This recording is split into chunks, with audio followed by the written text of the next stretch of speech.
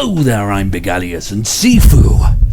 Kung Fu, anyone? Oh, they so should have called it that. Man, they should have called it that. Sifu. Kung Fu, anyone? Oh, I have no idea. No idea what to talk about now. Sifu, a Kung Fu game, in case you can tell. Just came onto Game Pass not too long ago. And it's cool, man. I like this game. I think it's a really cool game. With some flaws, obviously with some major flaws, but overall, all in all, really, really cool. I guess that's the end of the review. I'll see everyone later. Nah. Pull the old Jackie Chan twist. Jackie Chan twist on you. I doubt he ever did a twist move like Rey Mysterio. This is a good game, man. The combat is really solid. I really just love punching dudes in this game, and blocking, and the overall fighting. You know, we really have mastered combat in video games at the moment, and this is a shining example of that. It's very, very good. It's not like the slightly over-the-top style of like the Arkham games or Spider-Man or anything like that. And I will say, it's not as deep as games like that, but it just, I don't know, man. There's something about the gameplay in this game that just I really connected with really well. With the exception of a couple of the bosses, I will say that in terms of the bosses, I wasn't overly happy with them. They felt quite spongy in this game, and because they felt quite spongy, the game sort of lost the kind of cool, like, I don't know, the grounded nature of it. Not even grounded, because it's not really a very grounded game, but you know what I mean, like the tete-a-tete of it, the tap for tap of the fights. It was just sort of lost on these kind of almost over the top. I don't want to use that term, but it really is like slightly over the top battles with spongy enemies where it's like you have to hit them 1,000 times. And there were a couple of enemies that used these range attacks that really bugged me. And while we're speaking about the issues of the game, I'm just going to get it straight out of the way. Fortunately, and I think they patched this in, this game has difficulty modes, and I'm very grateful for that. It gets an extra point for that, for Christ's sakes. Games don't have difficulty modes nearly as much as they should anymore, and I'm so glad that they added that. Well done, team who made Sifu. Very happy about that.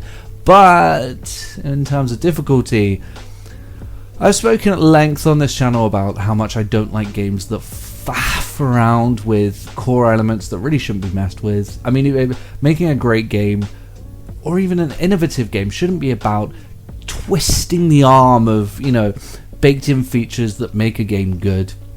For example, I shouldn't have to do a backflip if I want to move forward in a game. Stuff like that. I shouldn't have to.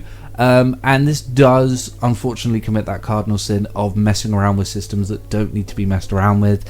And if you played the game, if you know the game, and you know how whiny I am, then you know when I'm complaining about the life system. I'm just not a fan of it. You start at age 20, and then every time you die, you grow a year older until you reach the age of 70. So you get 50 lives essentially to play through the entire game. But as annoying as that is, I have a tip for you. Every time you reach these upgrade, like they're trees or something, I don't know, but you reach these upgrade sections where you can upgrade your character. If you just want to finish the game and ensure that you get from start to finish without having to restart the freaking game from scratch again just because you died too many times, if you want to guarantee that isn't going to happen to you, oh, I forgot to mention, by the way, your stats change for every 10 years that you go up. So you actually will become weaker. I think it's weaker the older you get, but I think you become weaker in health but stronger in damage.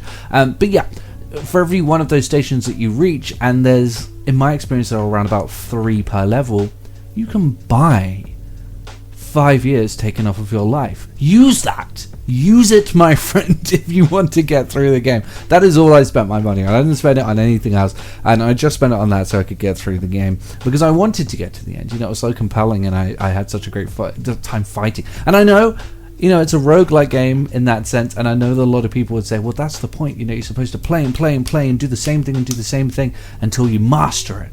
It's kung fu until you master it, and then you can make it to the end. I just don't feel that way. I get repetitive strain with these games. I can't just keep doing the same thing over and over again. Believe it or not, I'm not a fan of those Souls-like games either, of just doing the same thing over and over again. It's not for me. And if you're like me and you just want to play a cool kung fu game, from start to finish, then you can do that. You can buy those lives. I will say, however, due to this life system and obviously budgetary stuff, this is a AA game, not triple. Oh baby, a triple. Due to that, this game is around about a 2.5 hour experience. 3 at a push. It's not a long game. It isn't one, it's honestly one that you can just finish in a few hours. And that's cool, because, it means that you can get from start to finish, but it does mean that, if you were going to invest a lot of money into this, do bear that in mind. You're not getting a 1,000-hour game here. It's just a couple of hours, which with a lot of replayability, I will say that, a lot of replayability and excellent kung fu, but eventually I do think that, if you're going to play this 10 times, that eventually you are probably going to get sick of it. But all negatives aside, and I don't consider that overly a negative because it's still a great 2.5 hour experience. The visual language of this game is fantastic. I love the way this game looks. I love how different each area looks. I love that occasionally there's the occasional little puzzle to get to the next bit. Trying to figure out where to go can actually be quite fun. Like I said, the combat is absolutely excellent. It is really, really good, and it's definitely a game that you're going to want to come back to. And it feels like a game that I both have played before, in a sense that it feels familiar, but also it feels very unique. It's a very unique feeling game, and that is absolutely fantastic. So I actually had a complete blast with this game. It's perfect Game Pass, fodder, and it's a perfect sale game. Honestly, I wouldn't recommend maybe paying full price for it, but I do see this game in the sale a lot, and I do think it's typically worth the sale prices that I see it for, which is around about £10 to £12. So anyway, I'm going to put a score on this.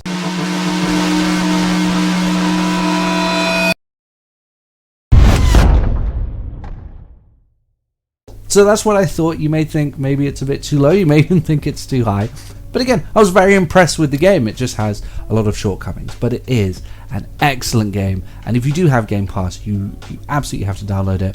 Give yourself a couple of hours and just have an absolute blast with this Kung Fu game. Anyway, I'll see everyone later.